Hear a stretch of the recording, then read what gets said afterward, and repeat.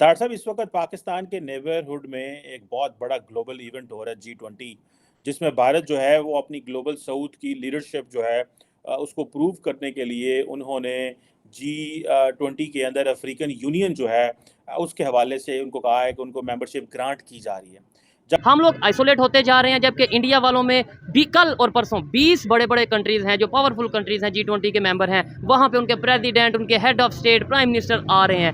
ये मेरी नहीं है, this is not my saying, these are provable through the articles. वो कहते हैं कि भारत की जो वेल्थ है वो ट्रिकल डाउन नहीं कर रही है, सिर्फ चंद लोगों के हाथ में है दौलत जो है इंडिया की। और उसके बाद एक एलिगेशन खासकर जो मोदी साहब पे लगाया जाता है कि जिन बिजनेसमैनों को, जो अडानी और दूसरे जो सारे गुजराती, बाइडेन के लिए यही सामने आया है कि वो स्टे करेंगे ITC Maurya presidential suite on 14th floor और उनके कमांडोज पहुंच चुके हैं। लेकिन ये हम सीखने की तरफ तो जा सकते हैं ना, हम उनसे सीख तो सकते हैं कि सीख भी नहीं सकते।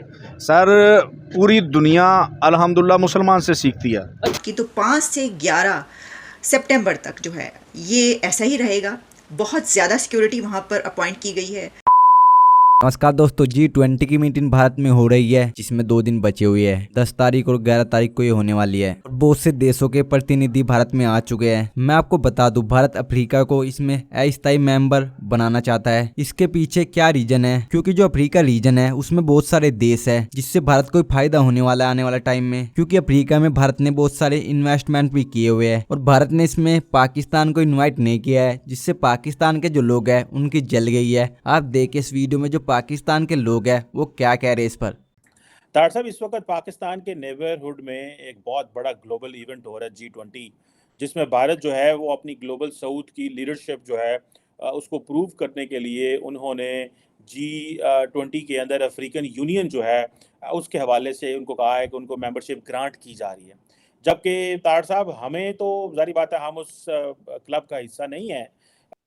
तो इस हालात में अगर देखा जाए तो फिर मोदी जी को गुरु कहना बनता है, इसमें कोई शक नहीं। मैं हमेशा ये मैं बड़ा क्रिटिक रहा हूं मोदी जी का क्रिटिक मैं रहा हूं कि बल्कि मैं आपको पता है चीमा साहब, मैं आधा दिन भारत में होता हूं, आधा दिन पाकिस्तान में होता हूं डेली बेसिस पे।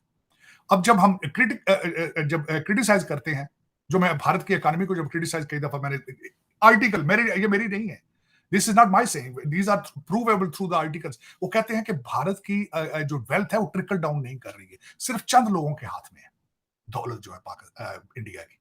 और उसके बाद एक एलिगेशन खासकर जो मोदी साहब पे लगाया जाता है कि जिन बिजनेसमैनों को, जो अडानी और दूसरे जो सारे गुजराती हैं। दूसरा कहते हैं सिविल सर्वेंट भी अपने आसपास जो रखते हैं सारे गुजराती होते हैं और गुजरात को प्रमोट करते हैं, किसी और स्टेट को प्रमोट, ये एलिगेशन है उनके ऊपर। और कई चीजों के ऊपर वो he is not outspoken, he takes his time to address some situation. जिस तरह के मणिपुर की मिसाल थी, बड़ार साहब वो खामोश रहे, उस पर कोई स्टेटमेंट नहीं दी, उन्हें वोट ऑफ नो कॉन्फिडेंस करके बुलवाना पड़ा उनको।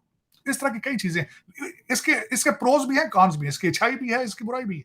लेकिन मैं समझता हूं कि मोदी जी, अच्छा, फिर उनके ऊपर एक सबसे बड़ी एलिगेशन लगाई जाती है वेस्ट की तरफ से, अथॉरिटेरियनिज्म, कि किस तरीके से मीडिया को वो मीडिया उनके कंट्रोल में, जुडिशरी उनके कंट्रोल में, हर चीज उनके कंट्रोल में, इलेक्टोरल ऑटोक्रेसी। फिर उसके बाद कई स्टेटों के इलेक्शन मैंने देखे हैं, महाराष्ट्र, मुंबई के, किस तरीके से हॉर्स ट्रेडिंग, यहाँ पे एक इंप्रेशन दिया जाता है कि शायद वो लोगों को कुछ को डरा के ले लेते हैं, कुछ को पैसे दे लेते हैं, किस तरीके से मैनिपुलेशन, ये भी एक एलिगेशन उन पे है, अथॉरिटेरियनिज्म की भी। लेकिन जिस तरह भी है, लेकिन he has taken India to the next level, इसमें कोई शक नहीं, उसको क्रेडिट देना होगा।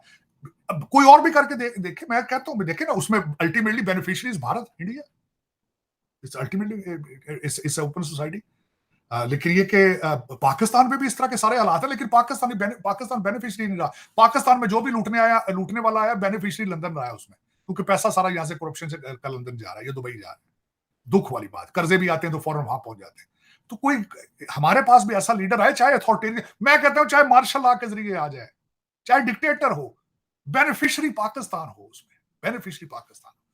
लेकिन ये कि अफसोस की बात है, आज बल्कि मैं एक बात कर रहा था इसमें, जिस तरह हम बात कर रहे हैं आर्मी चीफ साहब के हवाले से, चीमा साहब, देखा जाए अगर आप अपनी डेवलपमेंट देखें, अयूब खान के दौर के अंदर डिक्टेटर था, लेकिन डेवलपमेंट हुई उस दौर में। आपके डैम बने, आपकी एग्रीकल्चर उसको एक्सपैंड किया गया, चाहे वो अपने किसी रिश्तेदारों को दी गई एग्रीकल्चर लैंड या किसी को, लेकिन बेनिफिशियरी स्टिल पाकिस्तानी थे। हम लोग आइसोलेट होते जा रहे हैं, जबकि इंडिया वालों में भी कल और परसों 20 बड़े बड़े कंट्रीज हैं जो पावरफुल कंट्रीज हैं, G20 के मेंबर हैं। वहां पे उनके प्रेसिडेंट, उनके head of state, prime minister आ रहे हैं। क्या कहना चाहेंगे आप इसके ऊपर? सब फर्स्ट ऑफ ऑल तो सबसे पहले बात ये है कि हमें अपनी पहचान खुद बनानी चाहिए। ऐसा ही जैसा कि हम और इंडिया और बांग्लादेश भी हमसे हम ही से वो अलग हुआ है, तो उसने अपना आप मनवाया, अपना लोहा उसने मनवाया है, मेहनत की है उसने, उसके कौम ने, नेशन ने अपना मनवाने के लिए उन्होंने बैरूनी कंट्री से इंटरनेशनल लेवल पे उन्होंने अपने रिलेशन जो बेहतर किए हैं। बेहतर बहुत अच्छे बनाया है। और अब उनका इकोनॉमिक रेट देख लें और हमारा देख लें, इंडिया में तकरीबन 85 रुपये का $1 बन रहा है और हमारा 315 तकरीबन बन रहा ठीक है। ओपन मार्केट में तो 20 का भी चल रहा है और बड़ा कुछ और शायद आपको वो आपके इल्म में हो, हमारी जो स्टॉक एक्सचेंज है वो क्रैश हो चुकी है। ऐसे ही है। ठीक है, हम मुकाबला अपना कर रहे हैं इंडिया के साथ। जो इंडिया कह रहा है हमारा इनके साथ मुकाबला ही नहीं है, वो चांद पर पहुंच रहे हो, हमारी आपस की लड़ाई नहीं खत्म हो ऐसे ही है रही। ये। हम खुद कह रहे हैं कि जनाब वो पार्टी नहीं ठीक, वो पार्टी नहीं ठीक। हम मिल के अगर मिली भगत और मिल के इंशाल्लाह ताला काम करे, एक मुसलमान होने के नाते पाकिस्तान का मतलब क्या है, ला इलाहा इल्लल्लाह, और हमारे काम देख लें, हम उसके मुताबिक हम उसको फॉलो नहीं कर रहे। ठीक है। इन्होंने जो बात किया कि भाई हम इंडिया से मुकाबला करते हैं, लेकिन इंडिया वाले कहते हैं आपका हमारे साथ मुकाबला बनते नहीं। मैं 100% एग्री करता हूँ। वो लोग कहते हैं कि भाई अपना मुकाबला हमारे से ना किया करो, लेकिन ये हम सीखने की तरफ तो जा सकते हैं ना, हम उनसे सीख तो सकते हैं कि सीख भी नहीं सकते।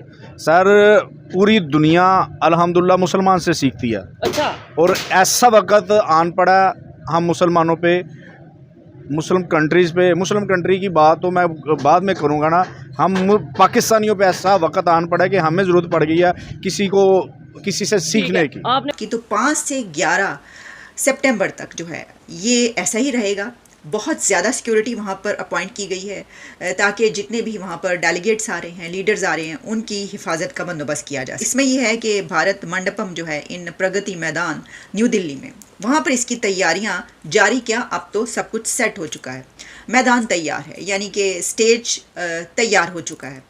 तकरीबन over 30 hotels with 400 rooms have been booked. अच्छा, ये हो सकता है कि जब ये मेरी वीडियो आप तक पहुंच रही हो तो इससे भी ज़्यादा ये तादाद बढ़ चुकी हो। अभी तक जो मेरे पास रिसर्च के बाद पता चला वो ये है। इसमें ही कहा गया है कि 23 इन दिल्ली जो होटल्स की हम बात करें, and 9 in NCR। G20 leaders and delegates और जो जर्नलिस्ट हैं वो कहाँ पर आकर ठहरेंगे, कौन कौन से होटल में। अब प्रेसिडेंट जो बाइडन के लिए यही सामने आया है कि वो स्टे करेंगे ITC Maurya presidential suite on 14th floor, और उनके कमांडोज पहुंच चुके हैं क्योंकि उन्होंने 3 दिन पहले ही आ जाना था प्रेसिडेंट जो बाइडन की आमद से पहले, और वो 7th को आ रहे हैं प्रेसिडेंट बाइडन। तो उनके कमांडोज बड़ी तादाद में पहुंच चुके हैं और उन्होंने फ्लोर्स संभाल लिए होटल के, ना सिर्फ होटल के बल्कि जहां जहां से गुजरना है वहां पर सख्त सिक्योरिटी जो है वो तैनात कर दी गई है। अच्छा, अब जैसे कि ये हमने बताया कि जो उनकी सिक्योरिटी का स्टाफ है वो सिर्फ ऐसा नहीं है कि 14th फ्लोर पर ही होगा जहाँ पर होंगे, नहीं, बल्कि इसके अलावा हर फ्लोर पर उस होटल के उनका स्टाफ, सिक्योरिटी स्टाफ और कमांडोज मौजूद रहेंगे। और तकरीबन अबाउट 400 अदर रूम्स जो हैं in the hotel are book. Special security corridors create किए गए हैं और उसमें पब्लिक मूवमेंट जो है वो रिस्ट्रिक्ट कर दी गई है। अच्छा, पब्लिक मूवमेंट जो है ना, ख़ास तौर पर वैसे तो रिस्ट्रिक्ट कर दी गई है, लेकिन 8th एंड 10th जो है ना, उसको न्यू दिल्ली में पब्लिक मूवमेंट बहुत ज़्यादा रिस्ट्रिक्ट होगी।